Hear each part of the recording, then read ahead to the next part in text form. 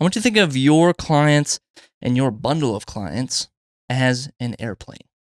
Okay? And I want to credit Ronald J. Baker. I want to credit Blair Enns, who credits Ronald J. Baker. The book is Implementing Value Pricing. And I want you to think about this. This is called the Adaptive Capacity Model. And I hope I haven't lost you from those big words. And what it does, you kind of want to break up your client base into little sections. The majority, the 30 to 40, the 30 to 50% are going to be regular price people. You want to leave some capacity for your first class, your business class folks who are going to pay a little premium for doing kind of the same work that is sort of in the full rate, normal rate, but you want to leave some open seats for those people to slot in. And then you want to have 15 to 35, 10 to 20 on the low end for people you give discounts to, people that just need a one-off. Hey, shoot my engagement on Tuesday, $500. Thanks. It's an hour. See you later. So you want to kind of have this and this is not going to be a perfect division, and I'm not saying to fill up the airplane entirely, because as you probably know from experience, some airplanes, and you're like, hey, wait, why are this airplane's half empty? And it's like, well, not every airplane has to be completely booked. And this is what Ronald J. Baker says in his book, Implementing Value Pricing. I recommend it. I love this book. This is a thick, nerdy textbook about pricing. And I've quoted it for you. So remember, the objective is not to fill the plane. It's to maximize the profit over a given time period. If that can be done at 60% capacity, so much the better, as the excess capacity can be invested elsewhere. And I probably should have said this quote at the very beginning of the show, because this is everything right here. This is when people make the argument, I have to be fully booked. I have to be booked 52 weeks out of the year, Friday, Saturday, and Sunday. I have to constantly be working. No, you don't, because you need to leave some room open, leave a little bit of breathing room open for your business in case large projects come through the door, a project that is worth multiples of what you typically charge. This is your kind of first class clients compared to your regular coach, normal class clients.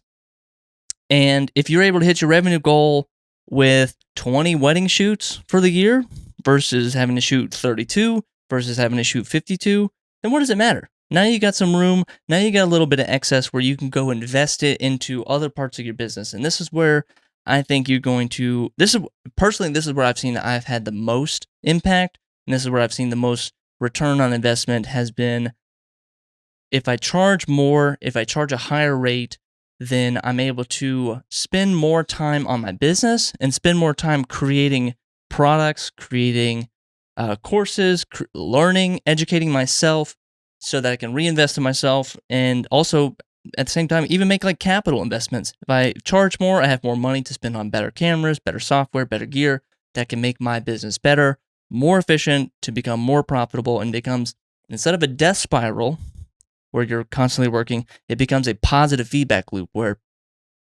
the more time you have to invest in yourself, the more that returns on investment and more you can reinvest those profits, whether it is capital, software, efficiencies, and become more efficient, become more profitable, have more open space, to the point where this is where it becomes that positive feedback loop so much, so fast that you are totally out of the business. And now you stepped away completely from your business where it's running itself now. You can step away entirely, runs itself, making money for you. It sounds like a scam. It sounds insane and not believable, but it is. That's the kind of goal you want to achieve. And that's where, people, there's some people that want the lifestyle business. They want to still be doing it. They want to shoot the photography. They want to be in, but it's not, you're not going to want to do that forever. You need to start creating a business and a system that kind of starts to feed itself positively so that there are positive feedback loops over and over and over on itself. And that's by having capacity. That's by having a moment to breathe, by having a moment to kind of poke your head up, look around, scan, find the opportunities out there, and go after them. There's nothing worse than maybe you do take a breather, you look around, you see an opportunity, and you just let it just pass you by, and you go, well, I'm stuck here. You get chained. It's almost like you're just chained to your job. When you're fully booked and you're shooting 52 weddings, I'm not saying everyone's shooting, I'm just using the it's an exaggeration, but you're shooting 52 weddings a year, or you're just 100% booked. You can't go after those opportunities, or you can't go after those cool new projects, or those projects that are going to push your work further, or push you creatively further, or get you better at running your business, because you are just,